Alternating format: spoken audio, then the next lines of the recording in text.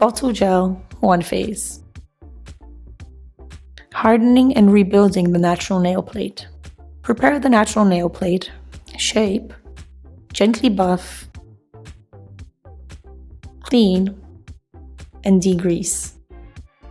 Apply tape bond and wait approximately 30 seconds. In case of a difficult nail plate, apply primer acid. Apply a thin layer of gel onto the nail. Do not cure. Add more gel, create the apex, and shape. Cure for 60 seconds. If there's no need to correct the shape, you can remove any excess dispersion layer with a dry cotton swab.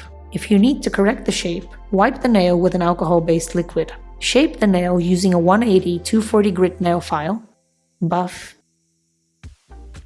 clean, and degrease. Finish off your planned design with a hybrid top and cure for 60 seconds.